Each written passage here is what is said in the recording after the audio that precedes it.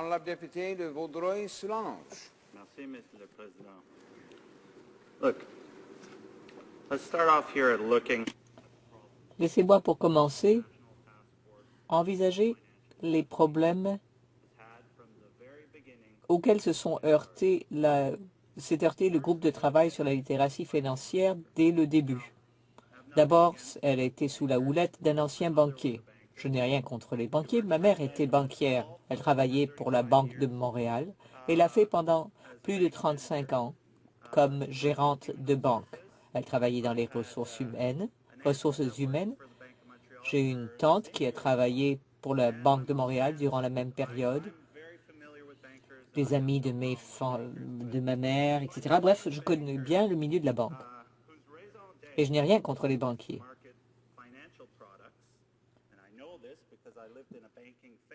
Mais les produits financiers créés par les banquiers obéissent à certaines saisons de mise en marché. Les banquiers sont des vendeurs, doivent vendre des REER. C'est leur raison d'être. Qu'en est-il de ces produits financiers vendus aux consommateurs? Eh bien, souvent, ils contribuent au profit engrangé par l'institution. Il est donc pour moi dangereux de mettre sous la houlette d'un banquier un groupe axé sur la littératie financière. Ce serait un peu comme de mettre McDonald's à la tête d'un groupe sur la nutrition. Vous savez comme moi, Monsieur le Président, que les consommateurs sont parfois à avoir par des produits financiers parce qu'ils ne les comprennent pas bien. Prenez les REER. Je voudrais dire qu'au début, quand j'avais au début de mes années 30, j'ai pris un régime d'épargne-études pour ma fille sans bien comprendre ce que je faisais. À ce que je comprenais, je pouvais mettre de l'argent de côté pour ma fille qui aurait, quand elle atteindrait l'âge de 18 ans, assez d'argent pour faire des études universitaires. J'avais en effet conscience que les études postsecondaires seraient coûteuses quand elle les attaquerait, surtout avec l'augmentation des frais de scolarité et du coût de la vie. Je voulais donc trouver un produit financier qui me permette de payer ces études sans me soucier. Ce que j'ignorais, c'est que je pouvais facilement perdre cet argent. Dites-moi que j'étais bête, mais j'ignorais que je pouvais parler tant d'argent quand le marché s'écroulait. Je peux même vous dire que ma mère ne m'en avait pas averti, banquière qu'elle était, jusqu'à ce que je perde la moitié de l'argent lors de la récession. Nous avions 12 000 $ et il nous est resté 5 000 à 6 000 $. Quand on travaille fort pour mettre de l'argent de côté, quand on croit que les banques et le gouvernement, ce que vous disent les banques et les gouvernements, c'est une chose. Mais ce qu'il faudrait en matière de littératie financière, c'est se faire dire de temps en temps la vérité, toute la vérité, et pas seulement la vérité susceptible de permettre aux autres de s'enrichir. Je sais jusqu'à la fin de 2008 que le gouvernement a nié l'évidence d'un ralentissement. Moi, je l'ai senti bien plus tôt. Le gouvernement a encouragé et les banques ont encouragé les particuliers à mettre de l'argent de côté dans les régimes d'épargne et études, ceux de 2006. Les gens se moqueront peut-être de moi pour avoir investi sans savoir de quoi il retournait. Mais moi qui élevais un enfant, qui travaillait à plein temps, qui m'occupait de ma famille, eh bien, je n'avais pas le temps de consacrer du temps au régime d'épargne et études. C'est quelque chose dont je n'avais pas entendu parler à l'école, dont je n'avais pas entendu parler à l'université. Tout ce que je savais, c'était ce que m'en disaient les banques et ce que m'en disait le gouvernement, et ni l'un ni l'autre ne m'ont averti que je risquais de perdre mon argent sur un coup de dé. Je sais pertinemment n'être pas le seul dans mon cas. Nombreux sont les Canadiens et les Canadiennes qui ont vécu la même expérience. Me dire que je suis bête, c'est dire que des centaines de milliers de Canadiens et de Canadiennes le sont aussi. Auront encore plus de misère à comprendre ces produits financiers à travers de cette groupe, car la position de leader de littératie financière n'exige pas qu'il soit bilingue. Alors, j'aimerais dire ce qu'on veut. C'est clair. C'est la création d'une seule agence de protection pour les consommateurs. Puis c'est quelque chose qui n'est pas inclus, qui n'est pas vraiment dans ce projet de loi, il n'y a pas vraiment l'idée dans ce projet de loi qu'on va protéger les consommateurs. Mais j'aimerais parler plutôt d'un des plus grands problèmes que les Canadiens font face. C'est les épargnes. And if we're looking at the issue of financial literacy, En matière de littératie financière, je suis d'accord avec ce qu'a dit mon collègue du troisième parti quand il a affirmé que le leader du gouvernement ne tenait pas compte d'un problème essentiel au pays, l'épargne. Le manque d'épargne au Canada affecte la compétitivité de notre économie. L'ancien gouverneur de la Banque du Canada a dit dans un rapport remontant déjà un certain temps que les Canadiens et les Canadiennes devaient plus épargner. Épargner entre 10 et 21% de leur impôt avant revenu chaque année et le faire pendant 35 ans de façon systématique s'ils voulaient avoir des revenus de retraite confortables. C'est ce qu'affirme l'Institut City House, qu'on ne peut guère qualifier d'organisme de gauche. Selon les gens gagnant entre 40 000 et 65 000 dollars devraient économiser entre 11 et 21%. Épargner cette somme.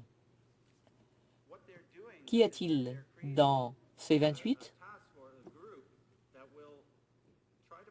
On crée un groupe qui s'efforcera de vendre des produits financiers, des cartes de crédit, des REER, sans expliquer véritablement ce que sont ces produits. Ils se contenteront de promouvoir les produits et d'avantager le profit des banques et des autres institutions financières. Selon moi, ce n'est pas la façon d'apprendre aux Canadiens comment être financièrement, comment savoir de quoi ils retournent en matière de finances. Il vaut mieux plutôt enseigner aux jeunes à épargner. Il a été indiqué que d'un point de vue macroéconomique, la situation du Canada n'était pas si enviable. Il y a des questions financières, des pressions financières qui empêchent l'économie canadienne d'atteindre son plein potentiel. Par exemple, il y a peu d'épargne par rapport au PIB et trop de dette gouvernementale par rapport au PIB.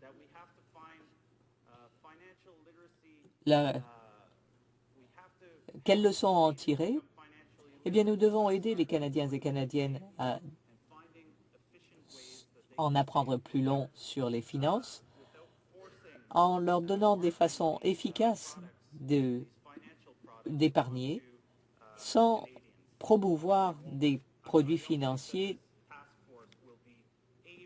Je ne pense pas que ce groupe de travail sera en mesure d'expliquer comme il convient ces produits financiers aux Canadiens, pas quand la composition du Conseil est compromis, quand le chef de la littératie financière ne doit même pas être bilingue. Je suis donc convaincu que je doute que le groupe parvienne à améliorer la littératie financière contrairement aux intentions affichées par le gouvernement. Prenez les statistiques. Il est manifeste que nous avons encore beaucoup de chemin à parcourir. Questions, commentaires, l'honorable député d'Edmonton Centre. Merci, Monsieur le Président. J'ai écouté avec intérêt le discours de mon collègue. Vous avez dit sur la fin quelque chose qui, je l'espère, j'ai entendu de travers. Est-ce que le député a dit que le chef de la littératie financière et son comité mettraient en marché des produits et les vendraient aux Canadiens et aux Canadiennes? J'espère que j'ai entendu de travers parce que ce n'est pas le mandat de ce chef de la littératie. Ça, c'est quelque chose qui est fait par les institutions financières. Un bon conseiller financier est essentiel. Il est essentiel d'avoir un bon conseiller financier. Le député pourrait-il clarifier et dire s'il pense véritablement que le bureau vendra des produits financiers? Le député. Non, ce que je voulais dire, c'est que vu que le groupe était constitué essentiellement d'anciens banquiers et avait comme raison d'être la mise en marché de produits financiers, je voyais mal comment il pourrait véritablement expliquer la nature de ces produits. Je ne voulais pas dire qu'ils vendraient ces produits, mais qu'ils avaient vendu des produits financiers tout au long de leur vie et qu'il était sans doute contraire à leur penchant naturel que d'empêcher les Canadiens de se procurer ces produits. Questions et observations, l'honorable député de Nickel Belt. Merci, Monsieur le Président. Je tiens à féliciter mon collègue de Vaudreuil-Soulanges de son excellent discours. Au cours de son discours, il a utilisé le mot « bête » à quelques reprises. Je ne l'utiliserai pas pour le qualifier lui, mais ce projet de loi, certainement. Certains Canadiens vivent dans une situation difficile. De nombreuses personnes âgées, par exemple, vivent dans la pauvreté parce qu'ils ont élevé des familles et n'avaient pas les moyens de mettre de l'argent de côté pour profiter de leur retraite. Est-ce que ce ne serait pas mieux si le gouvernement avait investi dans le régime de pension du Canada et du Québec pour aider les gens, surtout les personnes âgées, qui vivent dans la pauvreté? L'honorable député de Vaudreuil-Soulanges. Je remercie mon collègue de cette excellente question. Je crois qu'en investissant davantage dans le régime de pension du Canada et celui du Québec, si nous bonifions ces systèmes, les Canadiens auraient plus d'argent au bout du compte au moment de leur retraite. Je vais donner l'exemple de ma mère encore, qui a travaillé pendant plus de 30 ans pour la Banque de Montréal, qui croyait en tous les produits financiers qu'elle vendait. Elle y croyait véritablement. Pourtant, elle est maintenant à sa retraite et je lui viens en aide quotidiennement. Tout simplement parce que, justement, elle ne pouvait pas mettre suffisamment d'argent de côté tout au long de sa carrière, malgré tous les produits financiers qu'elle avait utilisés pour survenir aux besoins de sa famille. Elle n'en avait pas suffisamment pour sa retraite. Honorable député de de Beauport-Limoilou. Merci beaucoup, Monsieur le Président. Écoutez, je dois féliciter mon collègue de Vaudreuil-Soulanges pour le sens très concret qu'il a donné à son discours. Je voudrais tout de suite le rassurer sur le fait, malgré sa malheureuse expérience dans un régime d'épargne-études, il n'est pas plus bête que la moyenne. Écoutez, l'ancien dirigeant de la Caisse de dépôt et de placement, M. Rousseau, qui était un ancien dirigeant de la Banque Laurentienne, avait lui-même avoué qu'il ne comprenait pas les produits ultra sophistiqués d'épargne qui ont entraîné la débâcle de 2008. Et là, le gouvernement nous arrive avec un régime privé de pension à cotisation déterminée, un autre piège comparable à la malheureuse expérience que mon collègue a vécue. Alors, je voudrais demander qu'est-ce qu'il pense de la capacité du gouvernement d'évaluer la littératie financière. Est-il compétent? L'honorable député de Vaudreuil-Soulanges, une réponse brève, s'il vous plaît. Je vous remercie pour la question. J'ai entendu du gouvernement, quand j'ai fait mon allocution avec transparence, qu'ils ont dit « Bien, maintenant, je comprends pourquoi tu as perdu ton argent. » Et je pense que ça démontre l'attitude du gouvernement. C'est que si tu perds ton argent, c'est ta faute. C'est ta faute que tu es pauvre. Puis, On va continuer sur notre programme. On va faire la prospérité pour un groupe de gens, puis les autres, on va s'en foutre d'eux autres. Alors, je trouve ça complètement inacceptable, puis je pense qu'on doit protéger les pauvres et les riches de ce pays.